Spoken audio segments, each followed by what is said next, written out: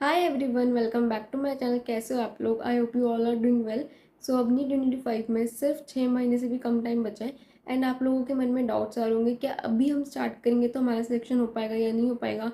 क्या अभी भी पॉसिबल है? 6 महीने में कैसे कर सकते हैं? वन शॉट से करें या फिर डिटेल लेक्चर ले? सेल्फ स्टडी कर रहे हैं तो फिर कैसे करें? रिविजन कैसे करें? मॉक टेस्ट कैसे दे? तो ये सारे डाउट जो आपके मन में है वो सब क्लियर हो जाएंगे। तो आपको बस वीडियो को एंड तक देखना है। आपके जो भी डाउट है वो सारे क्लियर हो जाएंगे, आपका एक भी डाउट नहीं बचेगा। एंड अगर कोई बचता है तो आप मुझे कमेंट में ज़रूर बताना, ठीक है। और जो भी मटेरियल मैं आपको बताऊंगी, जो भी आपको फॉलो करना है अपनी प्रिपरेशन के लिए, वो सब कुछ मेरे टेलीग्राम चैनल पे फ्री में अपलोडेड है। तो आपको बस जाके उसे ज्वाइन करना है। आपको लिंक डिस्क्रिप्शन में मिल जाएगा, ठीक है। वहाँ से आप जाके ज्वाइन कर लो, वहाँ पे सब कुछ आपको मिल जाएगा जो जो मैं आगे वीडियो में बताने वाली हूँ। So now let's start the video. देखो, पहला क्वेश्चन जो आप लोगों के मन में होगा, क्या 6 महीने इनफ है या नहीं है? अगर हम अभी स्टार्ट करेंगे तो हमारा सिलेक्शन हो सकता है या नहीं हो सकता? 6 महीने में हमें कैसे करना है? तो देखो, जो आखिरी का महीना होगा अप्रैल, वो तो आपका पूरा का पूरा डेडिकेटेड होना चाहिए आपके रिवीजन और मॉक टेस्ट के लिए। तो आपके पास सिलेबस कंप्लीट करने के लिए 5 महीने हैं। तो अगर आप एकदम जीरो पर हो तो आपको 5 महीने के अंदर अंदर अपना सिलेबस को कंप्लीट करना है। देखो, अगर करना चाहो ना तो बिल्कुल पॉसिबल है, 100% पॉसिबल है। जब मैंने स्टार्ट किया था तब मैंने 3 महीने में अपना सिलेबस कंप्लीट किया था। आपके पास तो फिर भी 5 महीने हैं, ठीक है। तो सब कुछ आपके हाथ में है। हाँ, क्योंकि टाइम कम है तो आपको थोड़ी सी सही स्ट्रैटेजी यूज़ करनी पड़ेगी, आपको थोड़ा स्मार्टली एक्ट करना पड़ेगा, ठीक है। हार्ड वर्क तो आपको करना ही है, ठीक है, पर थोड़ा स्मार्टली भी आपको चीज़ों को हैंडल करना है। और स्मार्ट वर्क और हार्ड वर्क अगर दोनों साथ करो ना तो 100% आपका हो जाएगा, बिल्कुल सिलेबस कंप्लीट हो जाएगा। तो आप लोगों को ये इशू होगा कि हम कैसे 5 महीने में अपना सिलेबस कंप्लीट करें। तो आप लोगों के लिए कंप्लीट प्लानर मैंने बना दिया है, वो आपको स्क्रीन पे दिख रहा होगा। बाकी आपको ये टेलीग्राम चैनल पे मिल जाएगा, तो वहाँ से जाके आप ले सकते हो। इस प्लानर के अकॉर्डिंग आपको अपना सिलेबस 5 महीने में इस तरह कंप्लीट करना है, ठीक है। तो वो आप कर लो, ठीक है। आपको मैं वीकली मैं पोल भी डाल दूंगी टेलीग्राम पे कि आपने कंप्लीट किया या नहीं किया। एंड उस पोल में मुझे हर बच्चे का येस चाहिए, मैं नो का ऑप्शन ही नहीं रखने वाली हूँ। उस पोल में हर बच्चा येस ही करेगा। तो अपने सारे टारगेट जो आपको मिल रहे हैं, ठीक है, अच्छे से सीरियस होकर फॉलो करो। ये लास्ट चांस है। अब प्रोक्रेस्टिनेट मत करो कि हम बाद में कर लेंगे, बाद में कर लेंगे। अब नहीं तो कभी भी नहीं। जितना प्रोक्रेस्टिनेट करना था, जितना टाइम वेस्ट करना था, सब कर दिया। लेकिन अब सीरियस हो जाओ, ठीक है। अब अपने ड्रीम के लिए सीरियस हो जाओ। अगर अभी भी स्टार्ट करोगे ना तो बहुत अच्छे से कर जाओगे। लेकिन बस अब अपने बिल्कुल भी गोल से डिस्ट्रैक्ट नहीं होना है। सिलेबस बता दिया कि आपको कैसे 5 महीने में सब कुछ कंप्लीट करना है। अब बात करते हैं कि ये जो आपको वीकली टारगेट्स मिले हैं, इनको वीक में कंप्लीट कैसे करना है। तो देखो, सबसे पहले तो अगर आप एकदम जीरो पर हो, आपको कुछ नहीं आता, तो आपको लेक्चर्स लेने पड़ेंगे, ठीक है। आप लेक्चर्स लोगे, आप चैप्टर को समझोगे। तो आप कौन से लेक्चर्स लेने हैं, वन शॉट देखे या डिटेल देखे? तो इसके ऊपर ऑलरेडी मैंने एक बहुत डिटेल वीडियो बना रखी है, ठीक है। अगर आपको देखना हो तो आप देख सकते हो, अदरवाइज मैं शॉर्ट में बता देती हूँ। आपको अभी इस टाइम पे वन शॉट ही देखनी है, ठीक है। डिटेल आपको चाहे कोई कितना भी बोले, ठीक है, कि आप डिटेल देखो या डिटेल से ही होगा, लेकिन आपके पास टाइम ही नहीं है। जब भी हम किसी कॉम्पिटिटिव एग्जाम की प्रिपरेशन करते हैं या उसके बारे में बात करते हैं तो बच्चे यूजुअली पूछते हैं कि क्या हम इतना कर रहे हैं इनफ है, या हम ये कर रहे हैं इनफ है। देखो, इनफ का ना कोई डेफिनेशन नहीं होता कॉम्पिटिटिव एग्जाम के लिए। ये आपका डिपेंड करता है कि आपके पास टाइम कितना है, ठीक है। अगर अभी आपके पास 6 महीने हैं तो आप ये देखो कि आप 6 महीने में कितना कर सकते हो, उतना करो। डू नॉट थिंक यार वो बच्चा इतना कर रहा है, वो बच्चा इतना कर रहा है, मैं इतना कर रहा हूँ। सबके पास अलग अलग टाइम है, सबने अलग अलग टाइम पर स्टार्ट करा है, ठीक है। सबकी जर्नी अलग रही है। आप अपने आप को देखो, क्या आप इससे ज़्यादा कर सकते हो? मुझसे बहुत सारे बच्चे पूछते हैं कमेंट में कि क्या दी हम इतना इतना कर रहे हैं, इनफ है? देखो, मैं क्लियर करना चाहती हूँ, इनफ की जो डेफिनेशन है वो हर बच्चे के लिए अलग है। अगर आप जितना कर रहे हो उसके बाद आपके पास टाइम बचता है तो आप और करो, बिल्कुल करो। आपको रुकना नहीं है। ये नहीं कि बस इतना हो गया, किसी ने बोला कि बस इतना इतना कर लो तो आप उतना उतना उतना करके बैठ गए, ऐसा नहीं करना। अगर आपके पास टाइम बच रहा है तो आप और करोगे, ठीक है। लेकिन अगर आपके पास टाइम ही नहीं है तो कोई कितना भी बोल ले कि यार ये भी इम्पोर्टेंट है, वो भी इम्पोर्टेंट है, क्या फ़ायदा? टाइम ही नहीं है, आप कर ही नहीं सकते। तो हमेशा ना आपको अपनी चीज़ों को प्रायोरिटाइज करके रखना होता है। आपको पता है आपके पास अब 6 महीने बचे हैं, तो प्रायोरिटाइज करो। सबसे पहले ये करना है, फिर ये करना है, फिर ये करना है, फिर ये करना है। इस सीक्वेंस में करना है, क्योंकि ये चीज़ें इंपॉर्टेंट है एग्जाम पॉइंट ऑफ व्यू से, ठीक है। सबसे पहले आपको लेक्चर्स लेने पड़ेंगे, फिर जो भी मैं अभी बता रही हूँ उस सीक्वेंस में आपको सब कुछ करना है। इसके बाद अगर आपके पास टाइम बचता है, जो मर्जी करो, रिवीजन करो जितनी ज़्यादा कर सकते हो, और क्वेश्चन प्रैक्टिस करनी है करो। बट पहले आपको उसी सीक्वेंस में चलना होगा। तो वही सेम चीज़ अभी भी अप्लाई होती है। कुछ बच्चे सोच रहे होंगे कि यार डिटेल लेक्चर्स देखने हैं, काफ़ी बच्चे डिटेल लिखते हैं, उनका तभी होता है, हम हमारा वन शॉट से कैसे होगा, क्या वन शॉट इनफ है, ठीक है। आप ये सब सोच रहे होंगे, लेकिन क्या आप ये बताओ, आपके पास टाइम है डिटेल देखने का? आप एक चैप्टर की देख लोगे, दो की देख लोगे, सबकी देख पाओगे? नहीं देख पाओगे। डिटेल देखने के चक्कर में एंड में आधा सिलेबस छोड़ के जाने से बेटर है ना कि वन शॉट से सब कर लो इतना अच्छे से, क्या एटलीस्ट आप सिलेक्शन ले पाओ। वो ज़्यादा बेटर होगा, क्योंकि डिटेल तो भी आप हर चैप्टर का नहीं देख सकते हो, ठीक है। अगर आप देखोगे तो फिर आप कहीं ना कहीं कॉम्प्रोमाइज़ करोगे, या तो आप उतनी क्वेश्चन प्रैक्टिस नहीं कर पाओगे, उतनी रिवीजन नहीं कर पाओगे, उतना मॉक टेस्ट नहीं दे पाओगे। तो जो टाइम है वो कहीं ना कहीं बैलेंस होगा, ठीक है। इसलिए अभी आप वन शॉट्स ही प्रेफर करो, ताकि आपका फटाफट सारा सिलेबस हो जाए 5 महीने में, और उसके बाद आप अपना जो आपको जो टाइम देना है रिवीजन और मॉक टेस्ट में वो दे पाओ। अब बात आती है कि दी वन शॉट्स तो देख लेंगे, लेकिन कौन सी देखें और उससे हमारा कोई लॉस तो नहीं होगा। तो वन शॉट्स मैं प्रेफर करूंगी उम्मीद बैच की या आरएम बैच की, ठीक है, क्योंकि वहाँ पे बहुत डिटेल में करवा रखा है। वो वन शॉट्स ना है वन शॉट्स, लेकिन वो डिटेल वन शॉट्स है, मतलब वहाँ पे आपको हर कंसेप्ट करवा रखा है जो आपकी नीट के लिए इंपॉर्टेंट है। ऐसा कोई कंसेप्ट नहीं है जो एनसीईआरटी में और वहाँ पे स्किप कर दिया हो, ठीक है। नीट के लिए जितना आपको पता होना चाहिए वो सब है, ठीक है। फालतू नहीं है, कम नहीं है, एकदम अप्रोप्रिएट है। मैंने उम्मीद 22 बैच की वन शॉट्स देखी थी, आप उम्मीद 24 की देख सकते हो, आरएम बैच की देख सकते हो, पहले वाली भी देख सकते हो, पर उसका थोड़ा सिलेबस का ध्यान रखना, जो पोर्शन डिलीटेड है उसको स्किप कर देना। अब बात आती है कि क्या कोई लॉस तो नहीं है वन शॉट देखने में। तो मैं बताती हूँ, अगर कोई बच्चा डिटेल लेक्चर्स ले रहा है और कोई वन शॉट्स देख रहे हैं, तो उन दोनों में फ़र्क क्या आएगा। डिटेल में आपको एक कंसेप्ट के ऊपर बहुत सारे क्वेश्चन करवाए जाते हैं, लेकिन वही वन शॉट में आपको एक कंसेप्ट के ऊपर लिमिटेड क्वेश्चन करवाए जाते हैं, क्योंकि उनके पास टाइम लिमिटेड होता है। तो मेन फ़र्क आपका क्वेश्चन प्रैक्टिस का आता है, कंसेप्ट का कोई फ़र्क नहीं। सारे कॉन्सेप्ट्स होते हैं, सब कुछ समझाया जाता है, बस क्वेश्चन प्रैक्टिस कम करवाई जाती है, ठीक है। तो ये फ़र्क है। तो वही चीज़ अगर आप खुद से कर लो क्वेश्चन प्रैक्टिस, तो फिर कोई फ़र्क ही नहीं रह जाएगा। डिटेल में आपको क्लास में करवाए जाते हैं बहुत सारे क्वेश्चन, वन शॉट में आप वो देखने के बाद खुद से कर लो उतने क्वेश्चन प्रैक्टिस, ठीक है। तो फिर कोई फ़र्क नहीं रह जाएगा प्रैक्टिस, बल्कि वो ज़्यादा बेनिफिशियल रहेगा, क्योंकि क्लास में आपको कितने भी क्वेश्चन करवाए जाए, आपको खुद से प्रैक्टिस करनी पड़ेगी। बिना खुद से क्वेश्चन सॉल्व करे प्रैक्टिस करे आपको नहीं आएंगे। और वही वन शॉट में तो आप कर ही सीधा प्रैक्टिस रहो, तो वो चीज़ आपको ज़्यादा बेनिफिट रहेगी, मतलब कम टाइम में आपके दो काम हो रहे हैं। अब ना कुछ बच्चों का क्वेश्चन रहता है कि दीदी हम वन शॉट देख लेते हैं, हम सेल्फ स्टडी कर लेते हैं, लेकिन हमारे जो डाउट्स होते हैं ना वो कैसे सॉल्व होंगे। अगर हम कोई बैच परचेज करते हैं तो वहाँ पे फिर डाउट सॉल्व होने का चांस रहता है, लेकिन अगर हम खुद से कर रहे हैं, सेल्फ स्टडी कर रहे हैं, तो हमारे जो डाउट्स आते हैं पढ़ते टाइम वो हम कैसे सॉल्व करें। तो मैं मतलब अपना बताती हूँ कि मैंने कैसे सॉल्व किए थे अपने डाउट्स। मेरे को भी पढ़ते टाइम बहुत डाउट्स आते थे। तो देखो बायो में क्या होता था, मोस्टली थ्योरेटिकल सब्जेक्ट है, तो वहाँ पे जो डाउट अगर कोई क्वेश्चन में आता था तो वो तो मैं उसका सोल्यूशन देख के समझ लेती थी, ठीक है। मोस्टली केमिस्ट्री और फिजिक्स में ज़्यादा दिक्कत आती थी। तो पहला मेरा ये होता था कि कोई भी क्वेश्चन मुझे समझ में नहीं आ रहा कि कैसे सॉल्व हुआ है, तो मैं गूगल करती थी, ठीक है। वहाँ पे अगर सेम क्वेश्चन डाला होता था या उस टाइप का क्वेश्चन डाला होता था तो सोल्यूशन देख लिया, उससे फिर आइडिया लग जाता था कि कैसे सॉल्व होगा, समझ में आ जाता था। अगर आपके कॉन्सेप्ट्स क्लियर है तो सोल्यूशन मिलने के बाद इतनी दिक्कत नहीं होती। लेकिन अगर आपको सोल्यूशन नहीं मिल रहा है या फिर मिल रहा है लेकिन समझ नहीं आ रहा, तो उसका मतलब आपके कॉन्सेप्ट्स क्लियर नहीं है उस टॉपिक के। तो फिर वो जो मेन टॉपिक है, जिस टॉपिक से वो क्वेश्चन है, वो डालो यूट्यूब पे, ठीक है। पर्टिकुलर सिर्फ उस टॉपिक के ऊपर आप वीडियो देख लो, ठीक है। 20-25 मिनट की कोई वीडियो होगी, मतलब जहाँ पे सिर्फ वही टॉपिक डिटेल में समझा रखा हो। अगर आप यूट्यूब पे डालोगे ना तो आपको कोई भी टॉपिक के ऊपर डिटेल में कोई तो वीडियो मिल ही जाएगी जहाँ पे समझा रखा होगा। इतने सारे लेक्चर्स है यूट्यूब पे, आप अलग सर के, एमआर सर के ओल्ड लेक्चर्स भी देख सकते हो जहाँ पे उन्होंने डिटेल में पढ़ा रखा है। अगर आपको उनका समझ में आता है तो वहाँ से देख लो। मैंने भी कुछ टॉपिक्स ऐसे होते थे जो वन शॉट में समझ नहीं आए या इतना क्लियर नहीं हो पाया कि उसके क्वेश्चन सॉल्व हो पा रहे, तो मैंने डिटेल में देख लिया वो टॉपिक। यूट्यूब पे अगर आप डालोगे ना तो आपको सब कुछ डिटेल में भी मिल जाएगा। डिटेल की कमी नहीं है, कमी है कि आपके पास टाइम नहीं है, ठीक है, टाइम की शॉर्टेज है। तो इस टाइम पे आप वन शॉट पे जाओ, लेकिन जो टॉपिक आपको वीक लगे, जिस टॉपिक के आपको क्वेश्चन सॉल्व ना हो रहे हो या आपको सोल्यूशन देखने पे भी समझ में ना आ रहा हो, तो उस टॉपिक का डिटेल में देख लो पार्ट, जहाँ पे आपको टीचर समझाएंगे कि कैसे क्वेश्चन को अप्रोच करना है, समझना है, तो आ जाएगा। मैंने भी इसी तरह करा था, ये मेरी स्ट्रैटेजी थी करने की, टाइम सेव करने की, कि मेजर पोर्शन वन शॉट से करो एंड डिफिकल्ट टॉपिक्स डिटेल में पढ़ लो। तो इस तरह आपने पहले लेक्चर्स देख लिए, उसके बाद आपको क्या करना है, नोट्स, ठीक है। बहुत सारे बच्चों का ये डाउट रहता है नोट्स बनाने हैं नहीं बनाने, यार अभी मत बनाओ, ठीक है। मैं वेरी फ्रैंकली बोल रही हूँ, नोट्स बहुत सारे बच्चे ऐसे होते हैं, मैंने देखा है, जो इतने सारे नोट्स बना लेते हैं, इतने सुंदर सुंदर बनाते हैं, लेकिन फिर भी मार्क्स नहीं आ पाते, क्योंकि मोस्टली टाइम से नोट्स बनाने में निकल जाते हैं, उन नोट्स को पढ़ ही नहीं पाते। आपको एग्जाम में नोट्स बनाने के नंबर नहीं मिलेंगे, नोट्स को याद करके जाओगे, क्वेश्चन सॉल्व करोगे तब नंबर मिलेंगे। तो वो चीज़ आपको देखनी है। आप नोट्स बना रहे हो बिल्कुल बनाओ, लेकिन ये आपकी प्रायोरिटी होनी चाहिए कि आप वो नोट्स पढ़ पाओ। ऐसा नहीं कि आपका सारा टाइम सिर्फ नोट्स बनाने में जा रहा है और आप पढ़ ही नहीं पा रहे। अपना प्रायोरिटी चेंज करो, आपको नोट्स पढ़ने पे फोकस करना है। और अगर आप अभी स्टार्ट कर रहे हो, नोट्स नहीं बनाए, बिल्कुल भी नहीं बनाए, तो अब बनाना शुरू भी मत करना, क्योंकि आप बनाने लगोगे वो वैसे भी कंप्लीट नहीं होने वाले सारे चैप्टर्स के, और टाइम और वेस्ट हो जाएगा, इतना आपके पास है भी नहीं। ठीक है, बने बनाए नोट्स बहुत सारे मिल जाएंगे, उठाओ पढ़ो। एंड सबसे इंपॉर्टेंट, अभी आज के टाइम पे आपकी एनसीईआरटी आपके लिए बाइबल है जो आपको पढ़नी है। तो एनसीईआरटी आपकी प्रायोरिटी होनी चाहिए, उसके बाद कोई नोट्स पे जाओ। ठीक है, तो बायो के लिए तो आपको नोट्स की जरूरत है भी नहीं।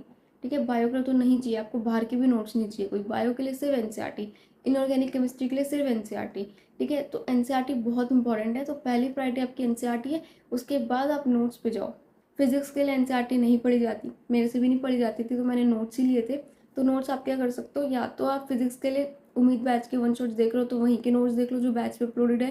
ठीक है, या फिर आप MR सर की जो मेडिजी बुक है वो पढ़ सकते हो। ठीक है, उसकी PDF भी मेरे टेलीग्राम पे अपलोडेड है, वहाँ से डाउनलोड करो, वो कर लो। क्योंकि फिजिक्स में थ्योरेटिकल सर्शन रीजन क्वेश्चन आ सकते हैं, तो आपके कॉन्सेप्ट्स क्लियर होने चाहिए थ्योरी वाइज। तो उसके लिए आपको एक बार तो नोट्स पढ़ने पड़ेंगे, एनसीईआरटी बेशक ना पढ़ो पर नोट्स आपको पढ़ने पड़ेंगे।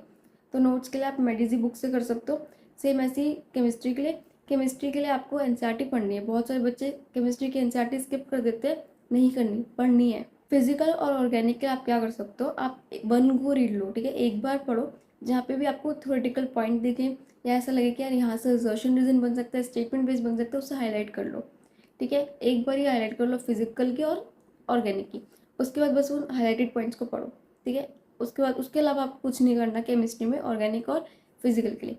इनऑर्गेनिक के लिए आपको सिर्फ एनसीईआरटी करनी है, सेम बायो की तरह। बाकी अगर आपको एनसीईआरटी के अलावा नोट चाहिए तो केमिस्ट्री और बायो दोनों की मेडिसी बुक भी है अपलोडेड, वहाँ से एक बार आप गो थ्रू कर सकते हो। नोट्स तो नहीं बनाने, पर इसका मतलब ये नहीं कि आपको कुछ भी नहीं बनाना, आपको थोड़ी सी मेहनत करनी पड़ेगी। फिजिक्स के लिए आपको फॉर्मूला शीट्स बनानी है हर चैप्टर की खुद से, ऑर्गेनिक के लिए रिएक्शन शीट्स, फिजिकल केमिस्ट्री के लिए अगेन फॉर्मूला शीट्स, इनऑर्गेनिक के लिए आप एक्सेप्शन शीट्स बना सकते हो जहाँ पे आप सारी एक्सेप्शंस लिख लो, बिकॉज यूजुअली हम एक्सेप्शन से ही भूल जाते हैं और क्वेश्चन 99% आपका एक्सेप्शन से ही बनता है। एंड बायो के लिए जो भी क्रैमिंग वाला पोर्शन है सारा वो एक जगह लिख लो, सारे एग्जाम्पल्स एक जगह लिख लो, सारी डेट्स एक जगह लिख लो, सारे साइंटिस्ट के नेम, उनके कॉन्ट्रीब्यूशन एक जगह लिख लो।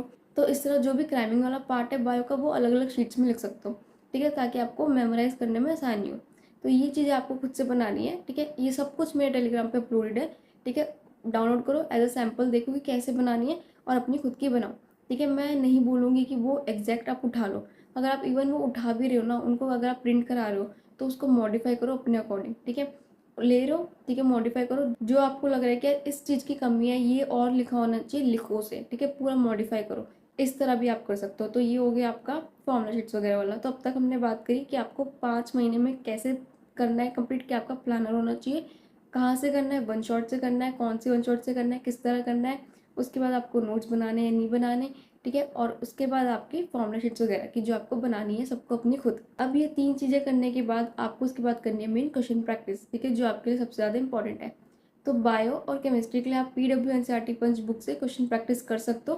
क्वेश्चन प्रैक्टिस में आपको 3 चीज़ें मेनली देखनी है कि जिस भी बुक से आप क्वेश्चन प्रैक्टिस कर रहे हो वहाँ पे NCERT बेस्ड क्वेश्चन हो। ठीक है, सारे टॉपिक से क्वेश्चन हो, ऐसा नहीं कि यार कोई भी टॉपिक छोड़ा हुआ हो, चाहे वो कितना भी छोटा हो। ठीक है, लीस्ट इंपॉर्टेंट हो, बट वहाँ पे होने चाहिए उसके क्वेश्चन। ठीक है, एंड तीसरा हर टाइप के क्वेश्चन होने चाहिए। अभी आप लेटेस्ट पैटर्न देख सकते हो, नीट का 2-3 सालों में कितना चेंज हो चुका है। पहले से वन लाइनर आते थे बायो में, लेकिन अब assertion reason, statement based, diagram, correct incorrect, बहुत सारे टाइप के क्वेश्चन आने लगे हैं। तो आपको सबके लिए प्रिपेयर होना है कि कुछ भी आए हम कर लेंगे। एंड ये तीनों चीज़ें मुझे PWNCERT पंच बुक में मिली है, तो वो ऑलरेडी अपलोडेड है तीनों सब्जेक्ट्स की, 11-12 दोनों क्लास की। जाओ डाउनलोड करो एंड देना स्टार्ट कर दो। बायो एंड केमिस्ट्री की तो आप वहीं से कर लो। ठीक है, एंड उसके सॉल्यूशन भी वहीं पे, कोई भी दिक्कत हो तो सॉल्यूशन से आप देख सकते हो। बाकी अब बात करते हैं फिजिक्स की। तो देखो, फिजिक्स ऐसा सब्जेक्ट है जहाँ पे आपको चाहिए होता है यार कोई हमें पढ़ाए। ठीक है, हमें खुद से नहीं समझ में आता, कम क्वेश्चन अगर हम वन शॉट देख रहे हैं वहाँ पे कम क्वेश्चन करवाए गए एक कंसेप्ट के ऊपर, तो हमें इतनी जल्दी नहीं समझ में आते। हमें चाहिए होता है यार ज़्यादा क्वेश्चन करवाए ताकि हमें अप्रोच समझ में आ जाए। ठीक है, तभी तो हम खुद से कर पाएंगे। तो इसके लिए मैंने 7777 क्वेश्चन सीरीज फॉलो करी थी। बच्चे मुझसे पूछते कहाँ पे मिलेगी, कहाँ है इसका लिंक, डिस्क्रिप्शन में लिंक है। ठीक है, डिस्क्रिप्शन में लिंक डला हुआ है, उस पर जाओ, पूरी प्लेलिस्ट का लिंक है, वहाँ पे जाके आपको मिल जाएगी वीडियोस के फॉर्म में। यूट्यूब पे प्लेलिस्ट बनी हुई है, इस प्लेलिस्ट में तमन्ना मैम की प्लेलिस्ट है। वहाँ पे उन्होंने डिफरेंट डिफरेंट बुक्स के आपको हर चैप्टर के पहले topic wise, then chapter wise, then unit wise and then full marks में क्वेश्चन सॉल्व करवाए हुए हैं। तो इसका एक तो एडवांटेज ये था कि अगर हम खुद से सॉल्व करते हैं क्वेश्चन, ठीक है, तो हम खुद से इतने सारे क्वेश्चन नहीं सॉल्व कर सकते फिजिक्स के, वहाँ पे इतने सारे क्वेश्चन सॉल्व हुए हुए एंड हमें काफ़ी अच्छे से अप्रोच समझ में आ जाती है।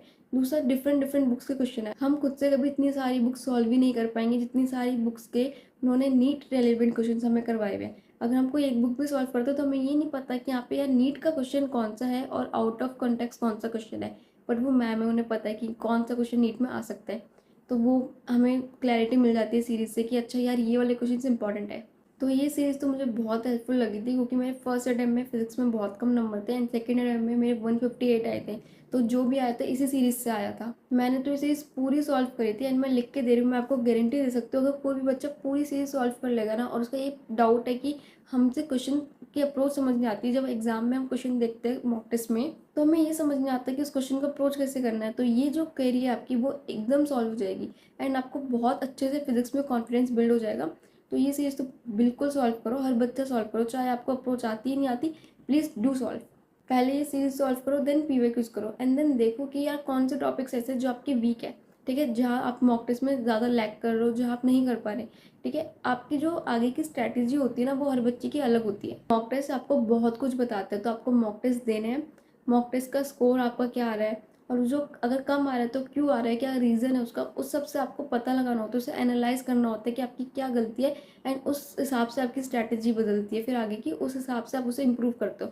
अगर कोई बच्चा बायो में नंबर कम ला रहा है तो उसकी स्ट्रैटेजी अलग होगी, कोई फिजिक्स में कम ला रहा है तो उसकी अलग होगी, तो इस हिसाब से सबकी अलग हो जाती है। तो फिजिक्स के लिए आपको यही करना है, लेक्चर लेने के बाद आपको ये सीरीज करनी है, देन पीवाईक्यूज करना है, देन मॉक टेस्ट देने हैं एंड उसके बाद देखना है कि आपका क्या स्कोर जा रहा है। अगर कम जा रहा है तो जिन टॉपिक्स में आपके नंबर कट रहे हैं, ठीक है, जो क्वेश्चन आप नहीं कर पा रहे उनकी आपको प्रैक्टिस करनी है, उन टॉपिक्स के ऊपर डिटेल लेक्चर्स देखो, उन टॉपिक्स के ऊपर क्वेश्चन प्रैक्टिस करो, पीडब्ल्यू एनसीईआरटी पंच बुक से और ज़्यादा करो ताकि वो चीज़ आपकी फिलअप हो जाए। तो ये हो गया आपका क्वेश्चन प्रैक्टिस का। इसके बाद आपको पीवाईक्यूज सॉल्व करना है तीनों सब्जेक्ट के।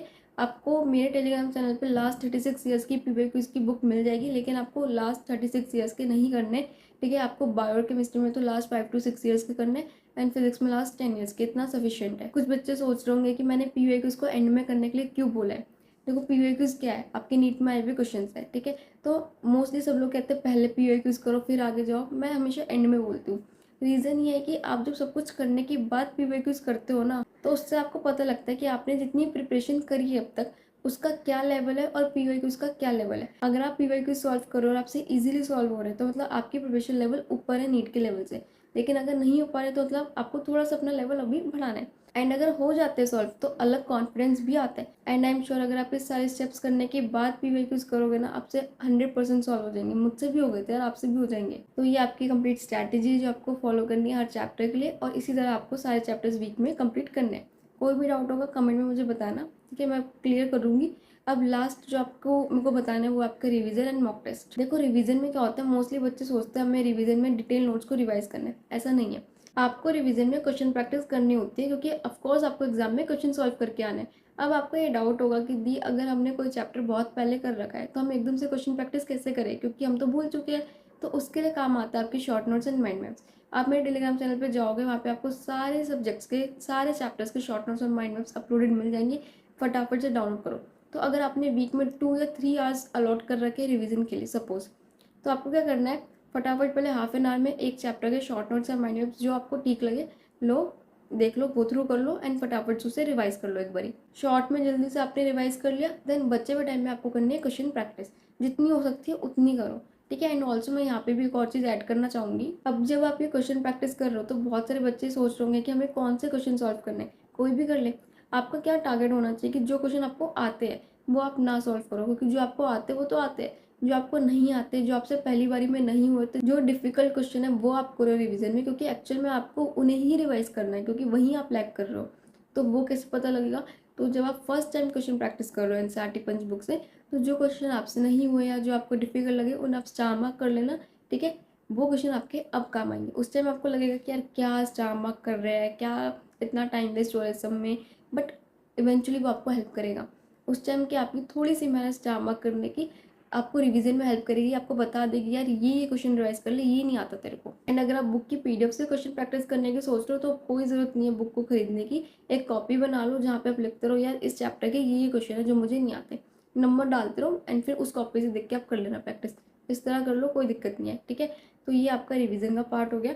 एंड अभी मैं ये बोलूँगी कि रिवीजन को टाइम एकदम ऐसा मत करना कि सिलेबस कंप्लीट करने के चक्कर में पूरा इग्नोर कर रहे हो और ये सोच रहे हो कि यार मार्च के बाद होता है अप्रैल में करेंगे। बहुत सारे बच्चे ये भी प्लान कर रहे हैं कि अभी प्रॉपर सिलेबस कंप्लीट करते हैं, लास्ट के 1 मंथ में रिवीजन करेंगे। ऐसा नहीं, ऐसा करोगे ना तो जो अभी करोगे नवंबर में वो भूल जाओगे एकदम।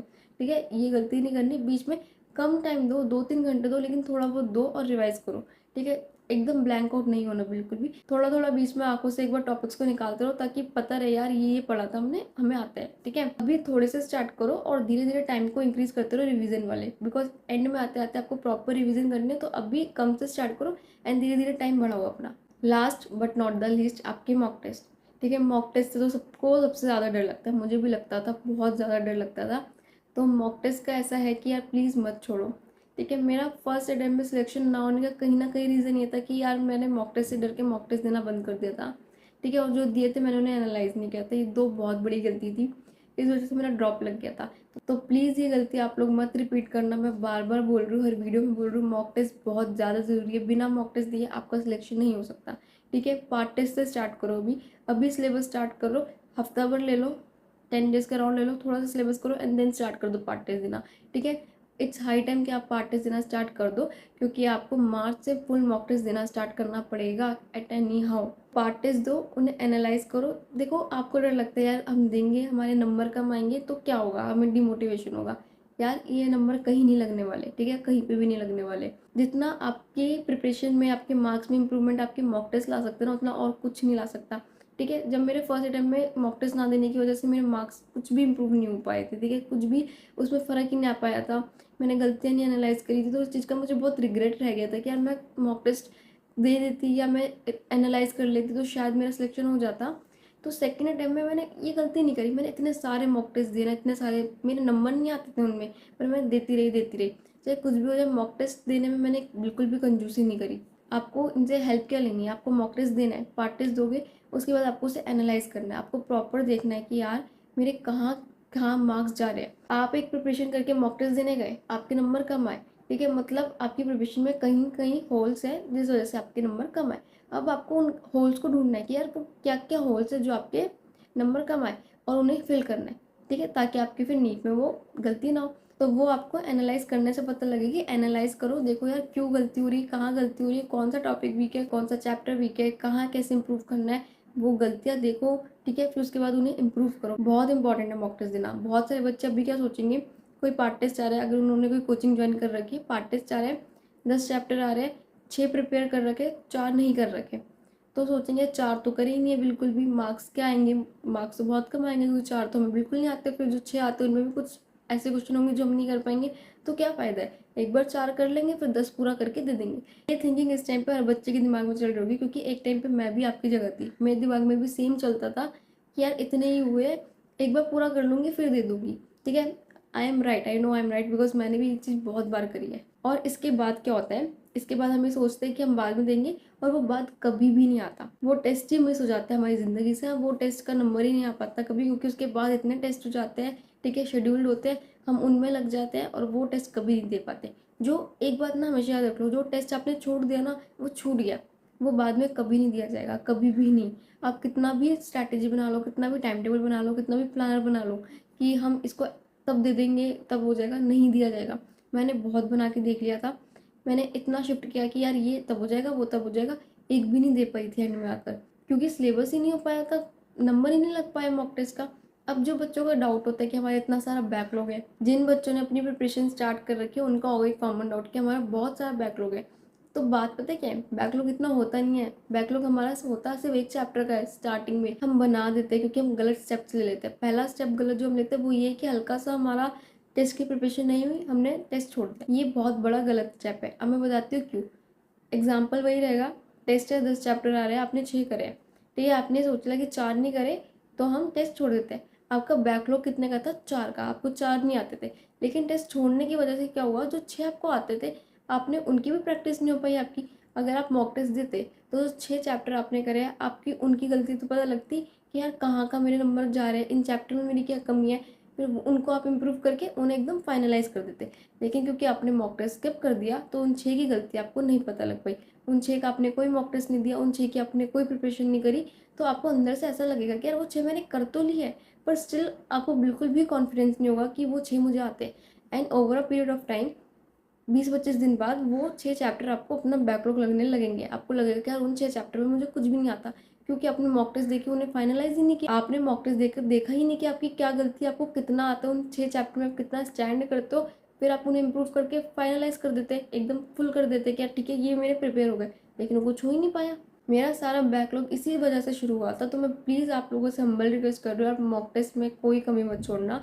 एंड आप लोगों के लिए, क्योंकि यार ऑब्वियस सी बात है, हम लोग इतने सारे मॉक टेस्ट नहीं अफोर्ड कर सकते। मैं अपने टेलीग्राम पे आपको सारे मॉक टेस्ट प्रोवाइड करूँ जो आपको देने चाहिए नीट के लिए। पीडब्ल्यू के आकाश के वहाँ पे सारे मॉक टेस्ट अपलोडेड है, ठीक है। Even PW real test series जिसका नाम सब बच्चों ने सुना होगा, वो भी मैंने अपलोड करने स्टार्ट कर दिया है। पहला टेस्ट अपलोड हो चुका है, ठीक है, वो देनी है वो भी दे सकते हो, ठीक है। जितनी भी नीट के लिए आपके लिए बेस्ट टेस्ट सीरीज है ना, वो सब कुछ मैं अपलोड करूँगी।